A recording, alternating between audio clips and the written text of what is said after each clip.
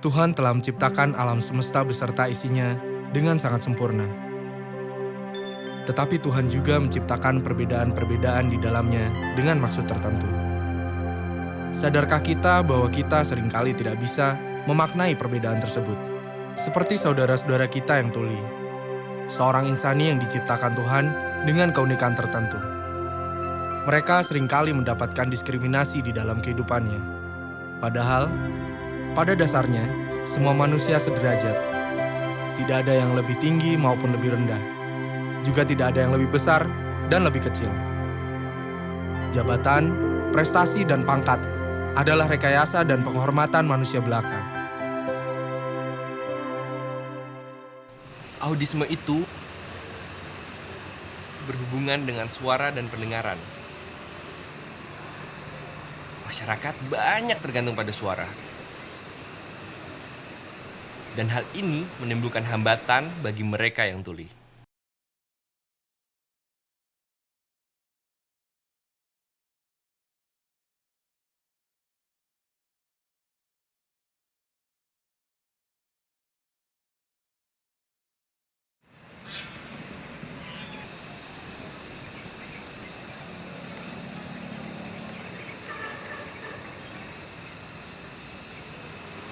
Kata audisme itu berasal dari mana? Dulu pada tahun 1975, kata itu digunakan pertama kali di Amerika. Audisme adalah diskriminasi. Tindakan diskriminasi yang dilakukan oleh orang yang mendengar terhadap mereka yang tuli.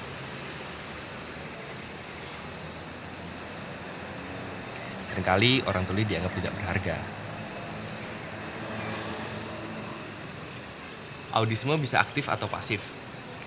Audisme yang aktif dilakukan oleh seorang yang sudah paham tentang orang tuli, tapi tetap melakukan diskriminasi. Misalnya, seorang kepala sekolah yang sudah melihat bahwa murid tuli lebih suka berbahasa isyarat, tapi masih menyuruh guru melarang siswa berbahasa isyarat di ruang kelas. Ini contoh audisme yang aktif. Audisme yang pasif dilakukan oleh seseorang yang belum pernah berpengalaman atau berpikir tentang orang-orang tuli dan belum sadar tentang keberadaannya. Jika orang tersebut belajar tentang dunia kaum tuli dan bahasa isyaratnya, mungkin orang itu tidak melakukan audisme lagi.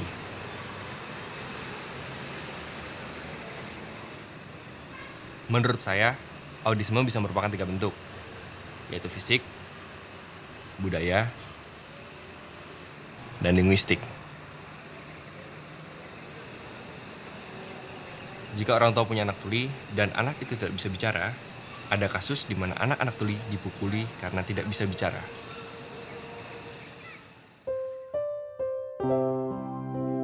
Lingkungan terkecil manusia adalah keluarga, di mana merupakan tempat bertumbuh dan mencurahkan segala keluh kesah.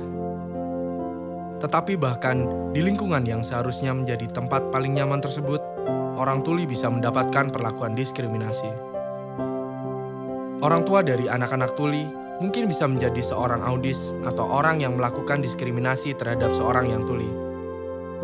Jika mereka melihat anak-anak mereka hanya sebatas berbicara nonverbal, dengan membuat mereka belajar membaca bibir, berbicara keras, atau hal lain yang tidak benar-benar diperlukan.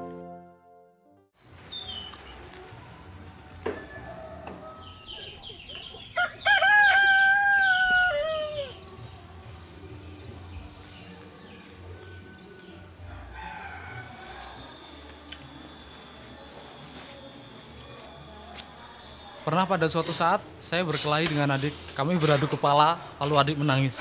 Kemudian bapak datang melerai kami. Bapak malah melempar saya dan memilih untuk menghampiri adik yang menangis. Perkelahian itu terjadi karena adik saya mengatai saya, bisu, bisu, bisu. Saya memang tuli, tapi mengapa mereka tidak bisa mengerti? Saya menjadi sangat sedih dan menangis. Orang tua saya selalu berkata kepada saya, "Sudah, adikmu biarkan saja. Kamu sebagai kakak, diam saja dan sabar ya."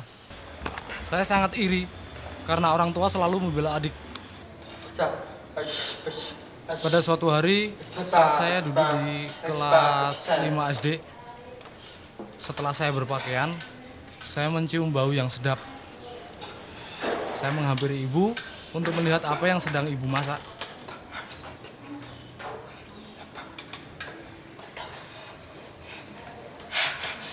Saya tahu bahan dasar masakan tersebut adalah tempe, tapi saya tidak tahu nama masakan tersebut. Saya bertanya kepada ibu, masakan ini namanya apa? Ibu menjawab, tidak tahu. Ini namanya tai. Setelah itu saya marah karena jawaban ibu. Spontan saya memaki ibu dengan kata-kata kasar. Lalu ibu memarahi saya karena kata-kata kasar tersebut. Saya lampiaskan kemarahan dengan mencabuti pohon singkong milik bapak yang ada di kebun sebelah. Ternyata bapak memergoki saya lalu menjadi marah. Kemudian bapak mengejar saya sampai ke arah bukit. Akhirnya saya tertangkap dan ditampari oleh bapak. Lalu bapak melempar saya hingga jatuh dari bukit. Saya terjatuh kesakitan dan menangis. Badan saya jadi kotor semua. Setelah itu, bapak menyeret pulang lalu memandikan saya. Saya hanya bisa diam. Setelah kejadian tersebut, ibu menasihati saya. Kamu jangan memaki dengan kata-kata kasar, karena itu merupakan kata-kata kotor. Kamu kan lihat sendiri kalau ibu sedang memasak. Begitu kata ibu. Lalu saya menjawab, saya kan tidak tahu. Lalu ibu berkata, kamu suka bilang apa, cerewet, dan banyak omong. Lalu saya menimpali, saya kan bertanya karena saya tidak tahu. Karena kejadian tersebut, pada hari itu saya tidak masuk sekolah.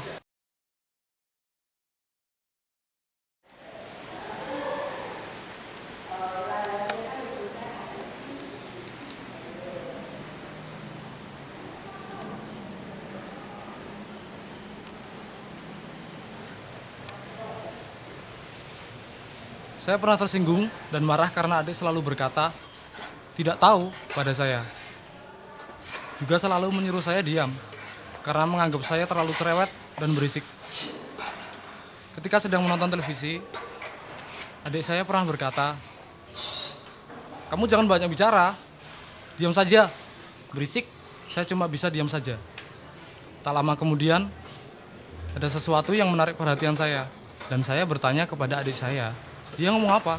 Lalu adik menjawab, tidak tahu, kamu lihat aja. Saya menyaut adik, saya tidak mengerti, tetapi adik tetap menyuruh saya untuk diam. Dia berkata, kalau lihat TV itu, lihat aja, jangan mengajak ngobrol. Lalu saya menjawab, saya tidak mengerti apa isi pembicaraan di televisi, karena saya tidak bisa mendengar. Adik menjawab, alah, aku saja bisa paham. Lalu saya membantah, ya jelas kamu bisa mendengar, tapi saya kan tuli. Kemudian saya terdiam. Setelah itu, saya masih banyak bertanya kepada adik. Dan pada akhirnya, adik membentak. Sudah kamu diam aja. Hu. Adik berteriak memanggil ibu. Seketika saya marah. Tapi masih bisa menahannya. Tetapi adik malah merebut remote. Maka kami memperebutkan remote itu. Sehingga akhirnya, saya memukul adik. Lalu adik menangis. Ibu datang menghampiri adik. Dan memarahi saya.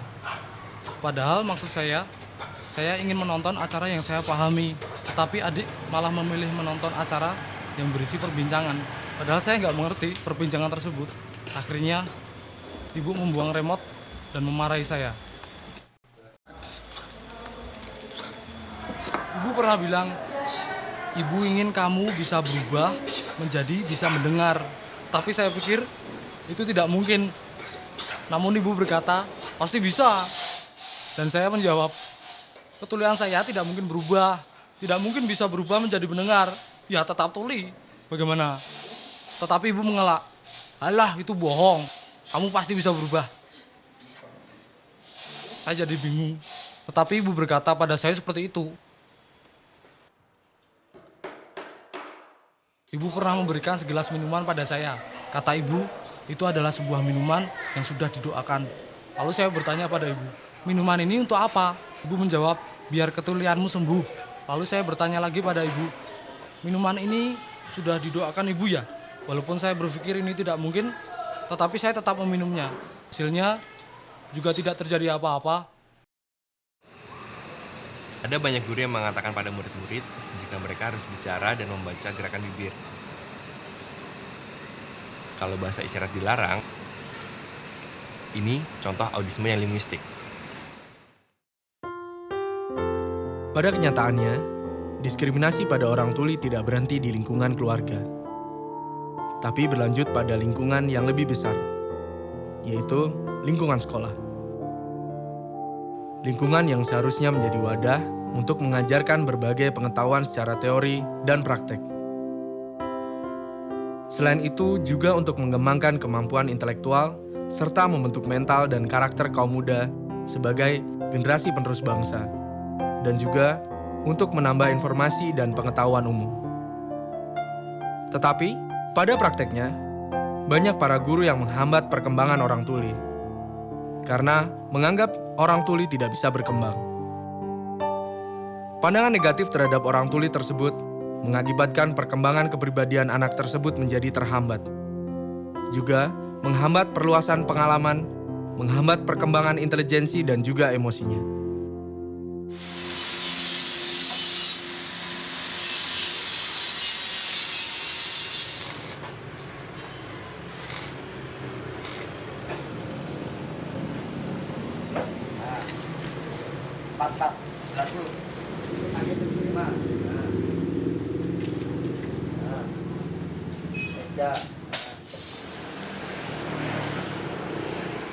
Dulu saat sekolah, ketika guru mengajar, saya tidak paham. Seringkali saya mencatat apa yang tidak saya pahami, lalu menanyakan pada guru. Setelah itu, baru guru menjelaskan secara khusus. Di luar cara tersebut, saya tidak bisa mendapatkan materi pelajaran. Ketika guru mengajar dengan bahasa verbal, para murid tuli sulit menangkap dan memahami. Sebenarnya, keinginan para murid tuli, guru mengajar menggunakan bahasa isyarat, sehingga bisa menangkap dan memahami pelajaran. Tetapi yang terjadi adalah murid tidak bisa menangkap, memahami, dan miskomunikasi. Pada akhirnya menyebabkan murid tuli acuh terhadap pelajaran, lalu lebih memilih mengobrol dengan teman-temannya. Hal itu yang menjadi penyebab kecerdasan murid tuli tidak bisa berkembang.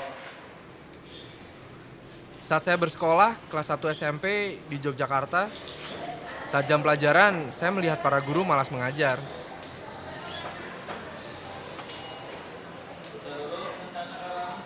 Bahkan guru meninggalkan kelas dan memilih mengobrol atau bermain tenis meja daripada mengajar. Ketika itu saya berpikir, mengapa guru meninggalkan kelas? Kemudian saya berinisiatif untuk mencari tahu sebabnya. Ternyata di luar, para guru sedang bermain tenis meja. Mengetahui hal tersebut saya marah, lalu kembali ke kelas dan mendiskusikan kejadian itu bersama 6 orang teman.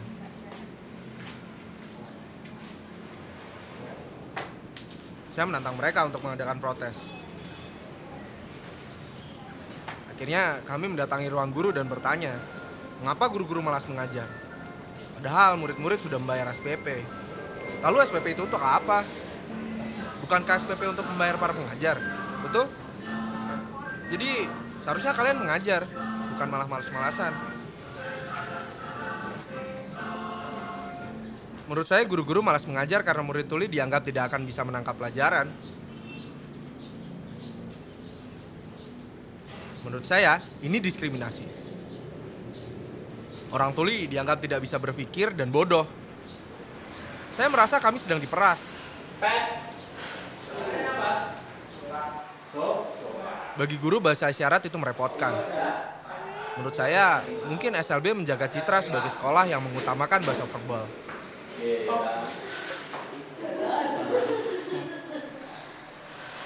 Biasanya orang tua murid tuli mengharuskan anaknya berkomunikasi dengan bahasa verbal dan tidak mau berbahasa isyarat. Jadi, para guru berinisiatif untuk mengajarkan murid-murid dengan bahasa verbal, bukan bahasa isyarat. Supaya saat orang tua calon murid melihat lulusan sekolah itu bisa berbahasa verbal dengan baik, maka banyak orang tua mendaftarkan anaknya masuk ke sekolah itu.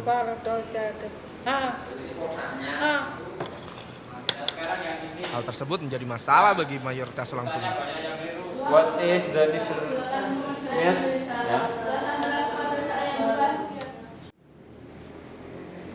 Menurut saya alasan orang tuli tidak bisa berkembang disebabkan oleh guru yang malas mengajar. Dan juga orang tua yang tidak mendidik. Saya ingin pemerintah khusus di bidang pendidikan mengadakan kurikulum bahasa isyarat agar di masa depan para mahasiswa mengetahui dan sadar adanya kurikulum bahasa isyarat serta bisa mempelajarinya. Sehingga komunikasi bisa berjalan lancar dan hubungan bisa terjalin dengan baik serta mudah. Itu harapan saya. Tapi kapan pemerintah bisa mewujudkan hal tersebut? Karena sampai sekarang hal tersebut belum terwujud. Efek diskriminasi terhadap orang tuli bersifat domino, antara satu dan lainnya berhubungan. Sehingga merambah hingga lingkup pekerjaan. Kita masih sering membaca dalam pengumuman penerimaan calon pegawai atau karyawan. Ada salah satu poin yang mensyaratkan bahwa pelamar harus sehat jasmani dan rohani. Biasanya, persyaratan tersebut tertulis tanpa penjelasan, sehingga maknanya pun sangat umum. Arti sehat jasmani dapat dimaknai bahwa selain seseorang tidak memiliki kekurangan fisik, dia juga terbebas dari segala penyakit. Sedangkan, sehat rohani dapat juga diartikan bukan hanya sehat secara mental atau psikis, namun juga sehat secara moral.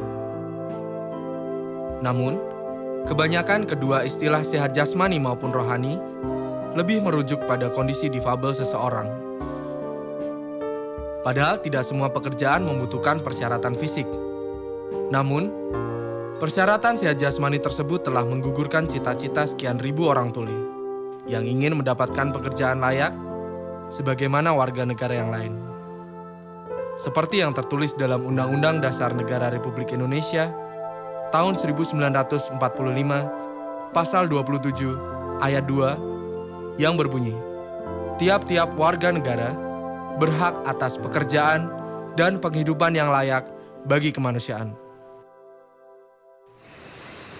Misalnya, mungkin ada seorang tuli yang melamar untuk bekerja, tapi langsung ditolak oleh bos karena dianggap orang tuli itu sama sekali tidak bisa. Bos itu lebih memilih seorang yang bisa mendengar daripada seorang yang tuli tanpa membandingkan secara pantas.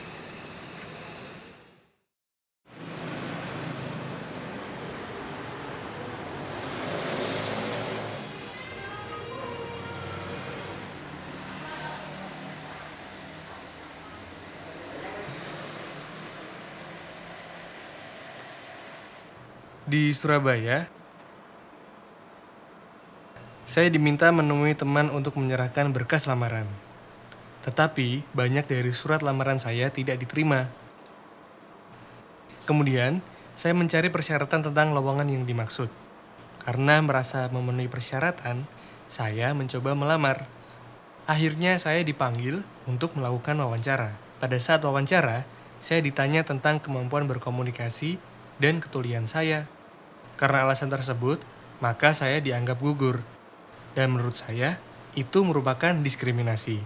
Ketika saya melamar pekerjaan di suatu pusat perbelanjaan di Surabaya tersebut, saya ditanya oleh bagian SDM, apakah kamu bisa menggunakan telepon? Lalu saya menjawab, tidak bisa, saya hanya bisa SMS. Apakah itu boleh? Kemudian mereka menjawab, tidak boleh. Dan saya kecewa karena jawaban itu. Menurut saya, hal tersebut diskriminasi.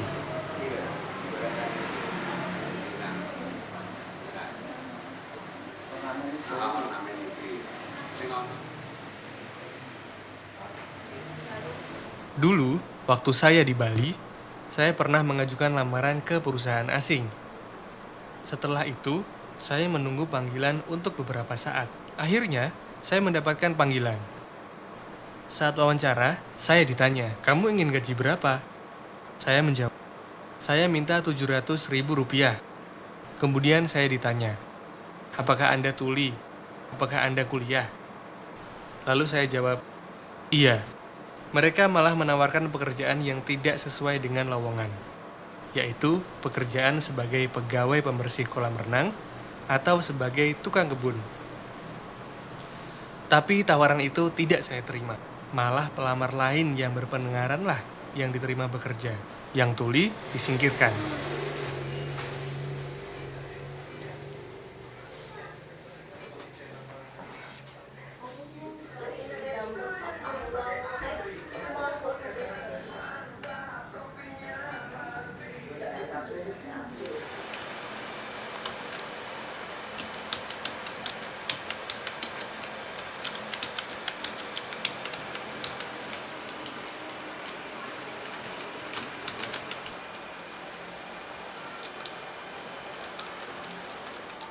Ketika berkas lamaran semua sudah lengkap, kendala yang utama adalah faktor komunikasi saat wawancara. Ketika pembicaraan tidak dipahami, maka kesempatan kerja musnah. Mungkin pimpinan perusahaan takut memperkerjakan orang tuli atau orang yang memiliki kecacatan, karena dianggap bisa membuat perusahaan bangkrut. Maka orang tuli disingkirkan. Hal tersebut disebabkan karena mereka belum percaya. Masyarakat harus bangun dari tidur dan menghargai anggotanya yang tuli.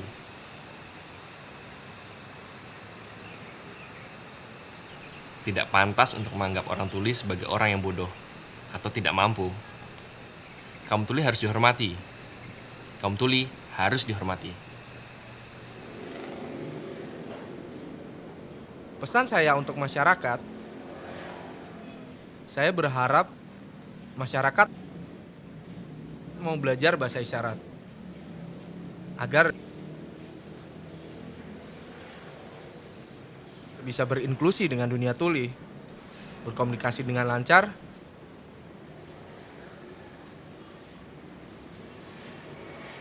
dan bisa membantu orang-orang tuli untuk berkembang.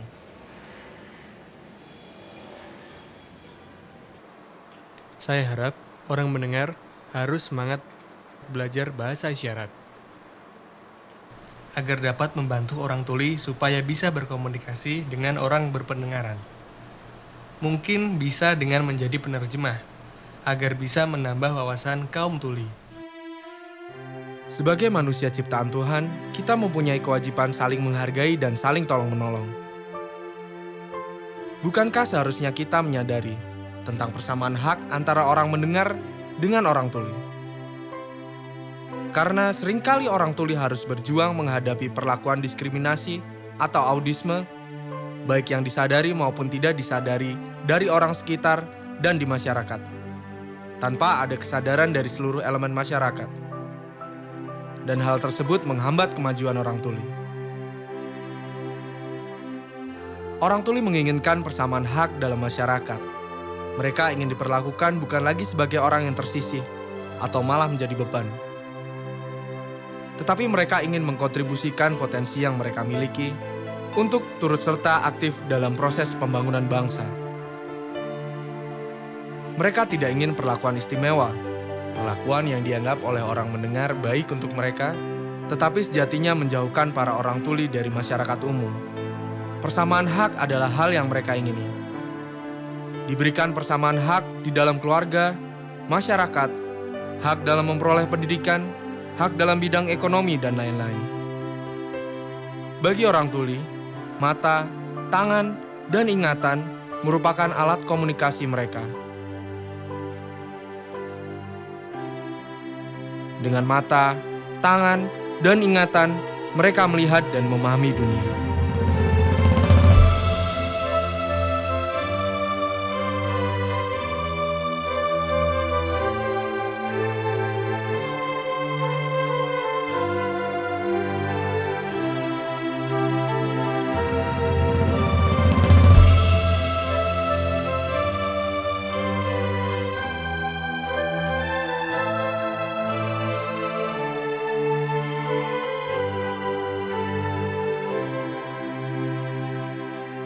Nama saya Nick Paul Freeman. Saya berasal dari Inggris. Saya sekarang mahasiswa S3 di Universitas UCLAN di Inggris Barat Laut.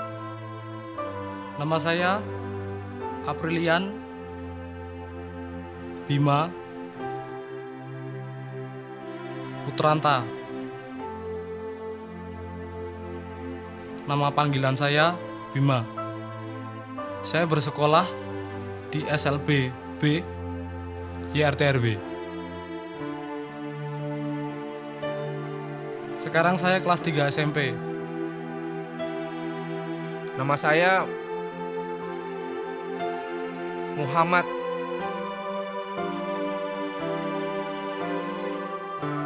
Isnaini. Nama panggilan saya Muhammad. Pekerjaan saya tukang las. Nama saya Jayeng Pranoto. Nama panggilan saya Jayeng. Pekerjaan saya desainer grafis. Pendidikan terakhir saya kuliah S1. Lulus dan diwisuda tahun 2005. Dari Fakultas Ilmu Pertanian.